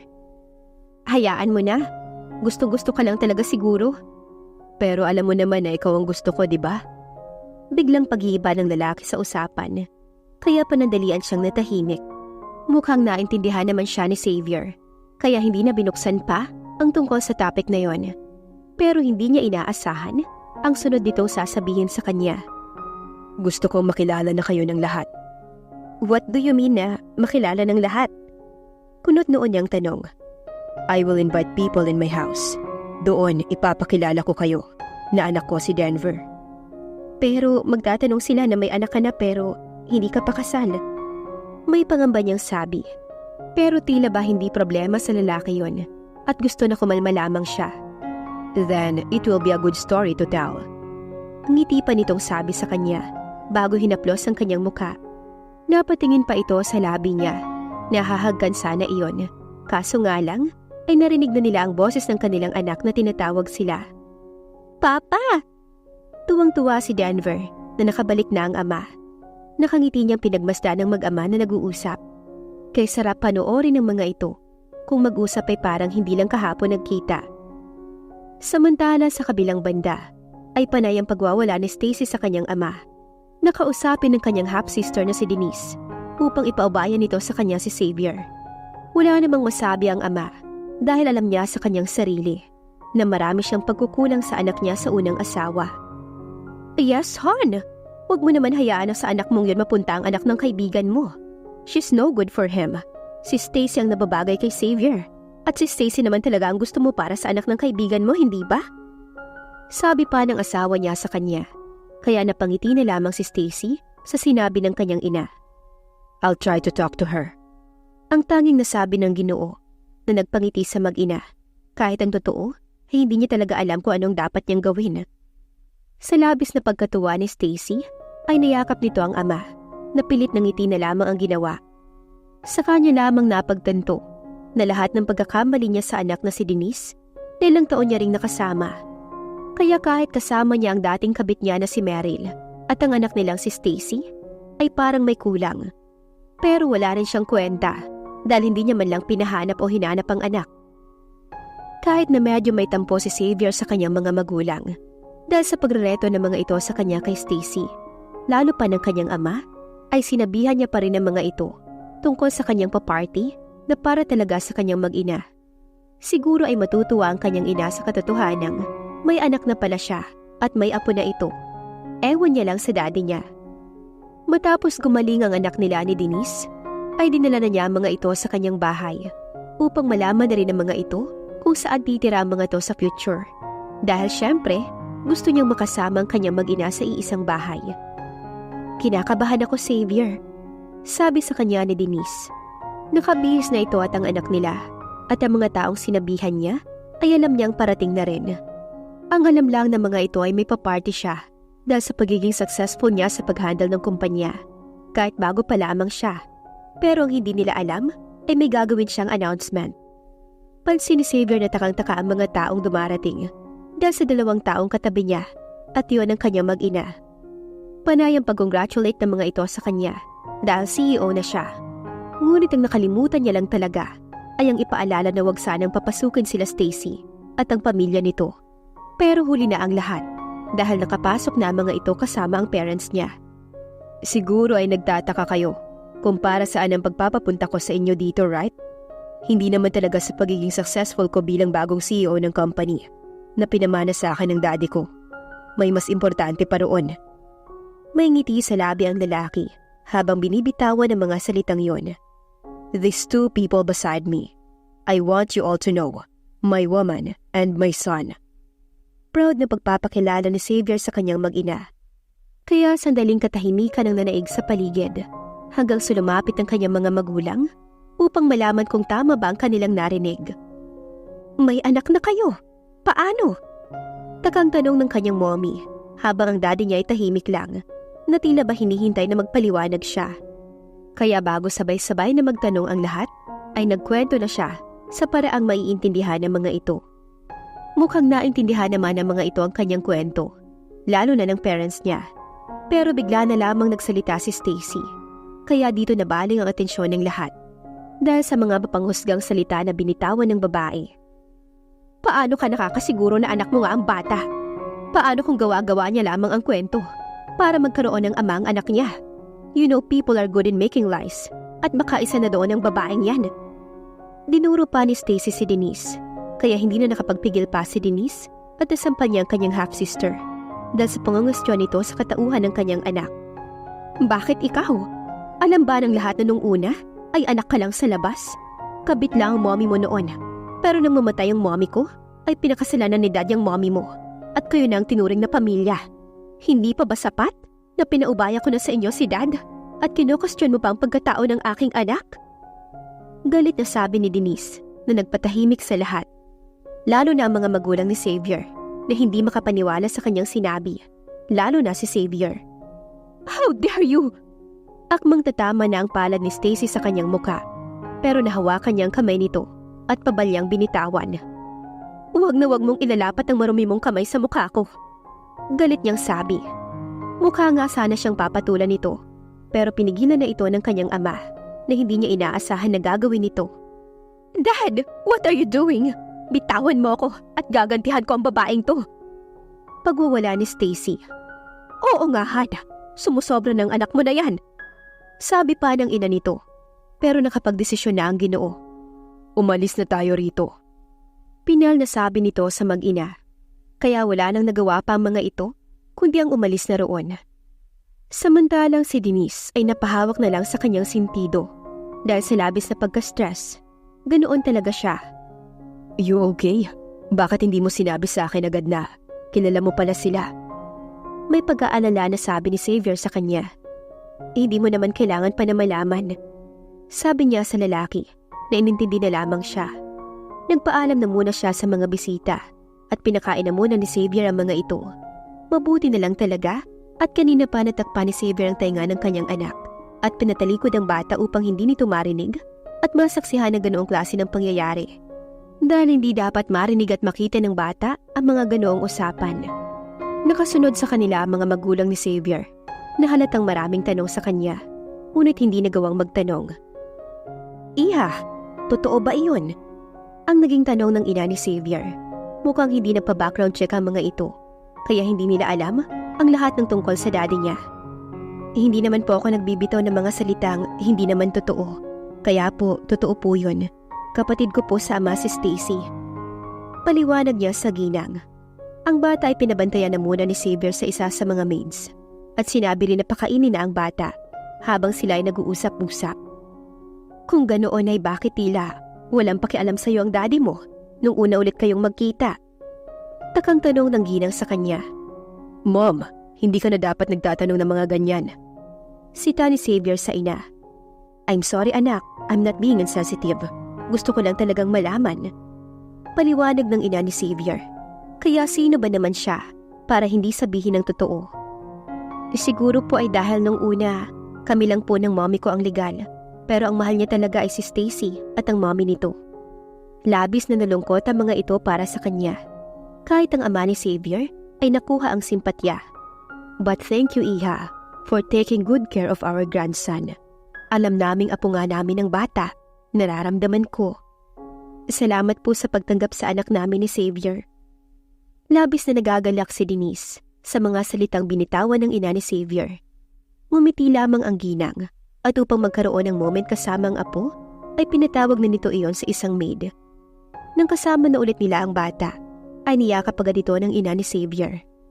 Ang apo namin! Natutuwa pang sabi ng ginang. Niyakap naman ito ng bata pabalik. Kaya napangiti na lamang sila ni Xavier, lalo na nang pumantay din ang ama ni Xavier sa apo. Napagdesisyon na ni Denise na dalawin ng kanyang ama upang sana'y makausap ito. Sinamahan naman siya ng kanyang mag-ama na nasa may sasakyan lamang sa may labas at doon naghihintay ang mga ito dahil siya lamang ang pumasok sa loob ng dating bahay niya. Ilang taon na rin simula nang lisanin niya ang bahay na yon, sa kadahilan ng ayaw niyang makasama pa ang mga ito dahil hindi naman siya nakaramdam ng pagmamahal. Anong ginagawa mo rito? Galit na tanong sa kanya ni Stacy. Nasusuguri na nga sana siya, pero nakita ito ng kanilang ama na pababa ng hagdan, kaya agad nitong sinigawan ng kanyang kapatid na tumigil ito. Anak, anong ginagawa mo rito? Sadyang kay sarap pakinggan, natawagan siya ng ama sa ganoong paraan, pero kay sakit ring isipin na sa loob ng ilang taon, simula nang mawala ang mommy niya, ay hindi na ito nagpakaama sa kanya. Anak, Dad? Pagkatapos ng ginawa niya sa amin ni mommy, ay tatawagin mo pang anak ang babaeng yan? Hindi makapaniwalang sabi ni Stacy sa daddy niya. Bakit? Anak din naman ako Ikaw lang ba ang anak nito? Pambabara niya kay Stacy. Nang makalapit na sa kanya ang daddy niya, ay hindi na alam ni Denise ang sasabihin. Alam kong baka galit kayo sa akin dahil sa ginawa ko, pero hindi ako pumunta rito para humingi ng tawad o kung ano. Pinakinggan na lamang ng daddy niya ang kanyang mga nais na sabihin. Eh bakit nandito ka ha? Hindi ikaw ang kinakausap ko, Stacy. Konti na lang talaga ay masasabunutan na niya ito. Mabuti na lang talaga at napipigilan pa niya ang sarili niya na wag iyong gawin sa kapatid sa ama. Gusto ko lamang sabihin sa inyo na oo, masama ang loob ko dahil hindi niyo man lang ako hinanap ng maglayas ako at tila ba wala kayong pakialam sa akin. Pero salamat dahil pinigilan niyo ang isa niyong anak na saktan ako kagabi.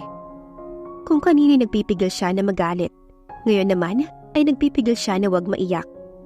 Nagdadrama ka pa talaga? Bubulong-bulong na sabi ni Stacy. Patawad anak, patawad sa lahat ng pagkukulang ko sa'yo. Puno ng paghingi ng tawad na sabi ng daddy ni Denise sa kanya. Kaya agad na nag-react si Stacy. Dad, hindi mo naman kailangan humingi ng tawad sa babaeng yan. Anito kaya hindi niya inaasahan na sisigawan nito ng kanyang ama. Stop talking, Stacy. Respetuhin mo naman ang kapatid mo. Saway nito sa anak. Kaya mabilis na tahimik si Stacy at mukhang nagdamdam kaya napaakyat ito. Mukhang wala ang mommy nito doon. Aalis na sana si Denise nang may maalala siya. Kung gusto niyo pong makita ang apo niyo at makasama, ay hindi ko naman po siya ipagdadamot sa inyo. Yun lang po. Tumalikod na siya at paalis na, ngunit tinawag siya ng ama. Pwede ba kitang mayakap anak? Tanong nito sa kanya. Doon na hindi na napigilan pa ni Denise ang kanyang mga luha at nagsipataka na iyon. Lalo na nang yakapin na siya ng daddy niya. Nakaitagal rin niyang ninais na muli siya nitong pagtuunan ng pansin at maramdaman ang pagmamahal nito. Matapos sa makabagbag damdamin nilang tagpo, ay nilisan na niya ang bahay na yon. Sinigurado niyang walang makikitang bakas ng pag-iyak ang kanyang mag-ama. Ngunit sadyang magaling ang mga ito, lalo na ang kanyang anak. Pero hindi na nagtanong pa ang mga ito at niyakap na lamang siya. Hindi na siya pinapasok pa ni Xavier sa pinagtatrabahuhan niyang restaurant dahil hindi na raw niya kailangan. Totoo naman, dahil kaya ng lalaki na mag-provide para sa kanila. At isa pa, gusto raw nitong mag-focus na lamang siya dito sa anak nila. Gustuhin man niyang hindi sumang-ayon sa gusto nitong mangyari, ay wala naman siyang magagawa dahil ang lalaki pa rin ang masusunod at hindi siya mananalo dito. Ngayon ay nandoon sila sa bahay ng mga magulang nito. Gusto na mag-asawang makalaro ang anak nila ni Xavier. Kaya sila ni Xavier ay nasa isang tabi lang habang pinapanood ang mga magulang nito na nilalaro ang bata. Hanggang sa may sumagi sa isipan niya. Ang tagal niya na rin palang hindi nakakadalaw. Siguro ay naiintindihan naman siya ng kanyang ina. Lalo pat sa kanyang anak naman siya nakafocus. O sa apo nito at hindi sa ibang tao. Mom, Dad, iwan na muna namin sa inyo si Denver. May pupuntahan lang kami. Paalam ni Xavier sa mga magulang. Nagtanong pa ang anak nila kung saan sila pupunta. Pero ang sabi ni Xavier ay sandali lamang sila at babalik agad. Hindi rin naman sinabi kung saan. Habang nasa biyahe ay tahimik lamang silang dalawa. At noong nasa sementeryo na, ay nauna na siyang bumaba ng sasakyan. At hindi na hinintay pa na pagbuksan siya ng lalaki. I'm sorry, Mommy, kung ngayon lang po ako nakadalaw. Naging busy po kasi ako sa pag-aalaga sa apo niyo. I miss you so much, Mom. Pinigilan niya lang ang sarili na maluha. Mom, kasama ko po pala si Xavier. He's my son's father. Pagpapakilala niya pa kay Xavier na nasa tabi niya. Hello po, Mom. Ako po ang ama ng apo niyo. Kung sinabi lang po sa akin ni Denise na may nabuo pala ay sana hindi na niya kinailangan pang palakihin ang mag-isa ang anak namin. But I'm still proud of her po. Pinapangako ko po sa inyo na pakamamahalin ko po ang anak niyo at ang anak namin. Hindi ko po sila sasaktan. Nakatingin lamang siya kay Xavier habang panay ang salita nito. Kaya mabilis siyang napaiwas ng tingin nang matapos na ito. Saglit pa siyang nagpaalam sa kanyang mommy bago sila umalis doon bago pa umulan. Bago tuluyang dumiretso sa bahay ng mga magulang nito, ay dumaan muna sila sa Dunkin' Donuts para bumili ng pasalubong nila para sa kanilang anak. Nabanggit niya kasi sa lalaki na mahilig ito sa donuts, na parang si Xavier lang din pala. Kaya mag-ama nga talaga ang dalawa. Matapos makuha iyon, ay bumalik na sila sa kotse at pumunta na sa bahay ng mga magulang nito. Tuwang-tuwa ang bata sa pasalubong nila. Labis-labis ang pasasalamat nito, kaya ang mga magulang ni Xavier ay napapangiti na lamang habang pinapanood sila. Hanggang sa may itinanong ang daddy ng lalaki. Son, kailan mo balak na pakasalan si Denise? Tanong nito sa anak, kaya mabilis na katahimikan ang namayani sa kanilang paligid. Wala naman sa kanya ang kasal, basta ay pareho nilang naaalagaan ang kanilang anak. Pero hindi niya ikakaila ang kanyang nararamdaman, na mahal niya na rin si Xavier. Nang hindi sumagot si Xavier, ay hindi naman nangulit pa ang tatay nito, na naiintindihan niya naman. Lingid sa kanyang kaalaman na iniisip na nga ni Xavier kung anong klaseng proposal ang dapat na gawin. Dahil hindi naman ito makakapayag na hindi sila agad makasal ni Denise. Mahirap na, baka maagawan pa siya, kahit pa sabihing may anak na silang dalawa. Abala si Denise sa paggawa ng merienda nila ni Denver. Nagugutom na kasi ang kanyang anak, kaya nagpapagawa ito ng sandwich sa kanya. Doon na rin pala sila nakatira sa bahay ni Xavier, dahil ayaw naman pumayag ng lalaki na doon pa rin sila sa dati nilang tirahan. Ngunit kahit ganoon, ay maayos naman silang nagpaalam sa ina ni Celine tungkol sa kanilang paglipat. Naiintindihan naman daw nito, kaya nagpasalamat din siya sa pag-aalaga nito sa kanyang anak sa tuwing wala siya. Wala daw yun. Kaya labis talaga siyang nagagalak na nakilala niya ang mga ito. Naabala si Denise nang bigla na lamang dumating si Celine. Bakit? Hinahayaan din kasi ito ni Xavier na bumisita roon. Lalo pat matalik niya rin naman ang kaibigan ng babae. Ang asawa mo, galit na galit sa mga tao sa kumpanya kung sino-sinong tinatanggal. Kayo lang ng anak mong magpapakalma dun eh. Napapakamot pa sa ulo na sabi ng kaibigan niya. Kaya minabuti niyang hindi na muna ituloy ang ginagawa. Wala namang naikukwento si Xavier sa kanya kung bakit nito ginagawa iyon. Sumakay sila sa isang taxi. Hindi na muna sila nag-usap ng tungkol kay Xavier dahil katabi nila ang bata. Ayaw niyang makarinig ito ng masama tungkol sa ama. Tara na, kanina ko pa yan nabayaran, sabi ng kaibigan na akmang magbabayad pa siya sa taxi.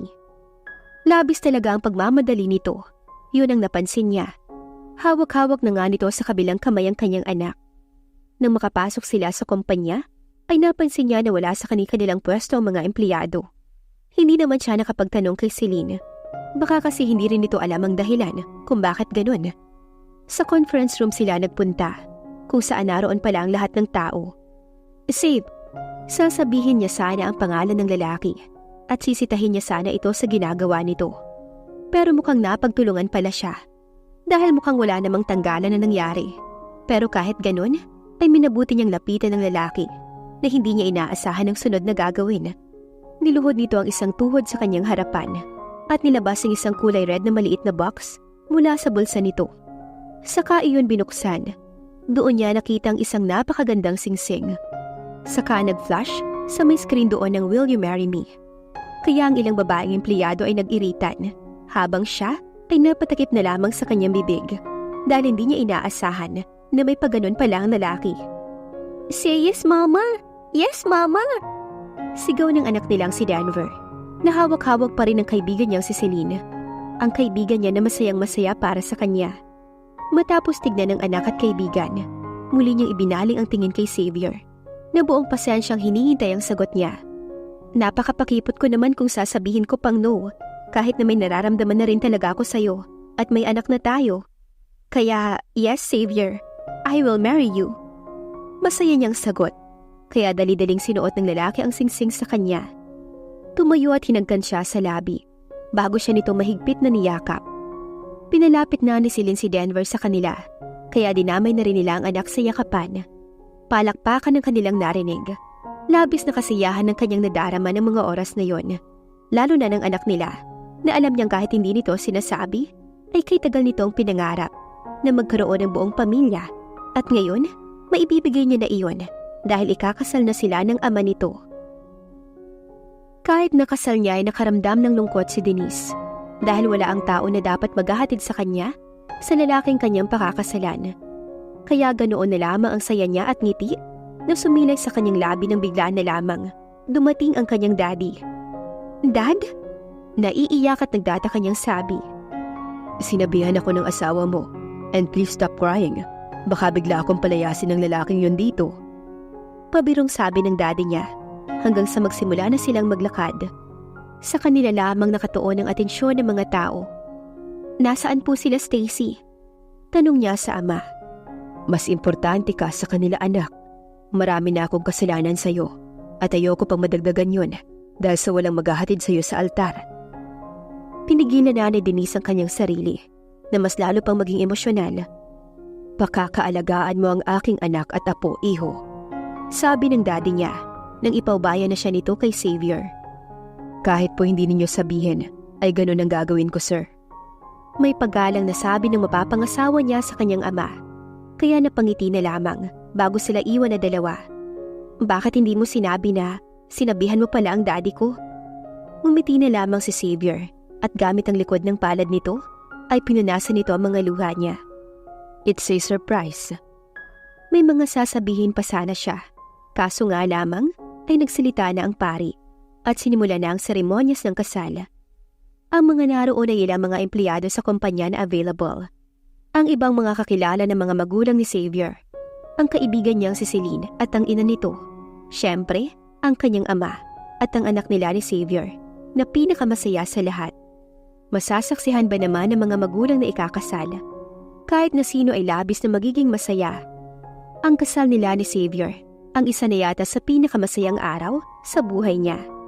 Kung siguro'y hindi siya umalis sa bahay nila noon at nagpunta sa isang bar, ay wala siyang lalaking makakasiping ng isang gabi na magbubunga ng isang bata.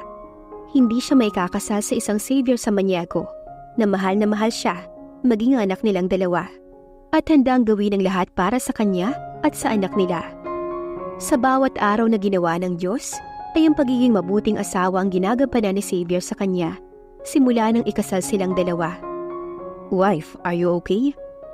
Para sa kanya, ay ang lalaki na ata ang pinakamaalaga at maalalahanin na asawa. "Ayos lang ako," aniya, para makampante na ito, na ang totoo ay ganun din ang nararanasan niya nung simula nang malaman niya na buntis siya sa una niyang anak. Kaya nga nagpabili na siya ng PT kay Celine para malaman at makumpirma kung buntis na nga siya. Dahil na rin sa maagang umuwi ang asawa niya, ay mukhang maaabutan pa ito ng kaibigan niya. "Friend, ito na yung pinapabili mong PT. Wait, feel mo ba ang buntis ka na?" Sa pag-aakalang wala ang asawa niya roon, ay ganoon na lamang ito magsalita. Kaya ganoon na lamang ang gulat nito nang makitang nandoon pala ang asawa niya at ang boss nito. PT? Takang tanong ng lalaki. Bago pa siya ulanin ng tanong, ay kinuha na niya sa kaibigan ng dala nito at pumunta na sa CR. Dali-dali naman na umalis si Celine dahil may trabaho pa raw ito. Hindi maipaliwanag ni Denise ang sayang kanyang nararamdaman nang makita ang dalawang pulang linya sa PT. Ibig sabihin lamang noon ay buntis siya at magkakaanak na ulit sila ng asawa niya. Marahil ay dahil sa natagalan siya sa paglabas ng banyo, ay kinatok na siya ni Xavier. Kaya lumabas na siya at pinakita dito ang piti. Sa labis na saya ay nabuhat siya nito at napasigaw. Kaya ang anak nila ay napapunta sa kanilang silid. May problema po ba, Mama? Papa? Takang tanong nito sa kanilang dalawa. Pero si Xavier na ang sumagot sa tanong ng anak. Magkakaroon ka na ng kapatid, anak. Your mom is pregnant. Akala niya'y OA na ang reaksyon ng kanyang asawa. Pero mas OA pa pala ang reaksyon ng anak nila, kung saan nagtatalon pa ito at tumapat pa sa tiyan niya para daw kausapin ng kapatid nito doon. Kaya napangiti na lamang si Denise. Natupad na niya ang matagal niyang pangarap, ang magkaroon ng sariling pamilya na masaya, at wala siyang kahit na sinong kahati, maging ang anak niya.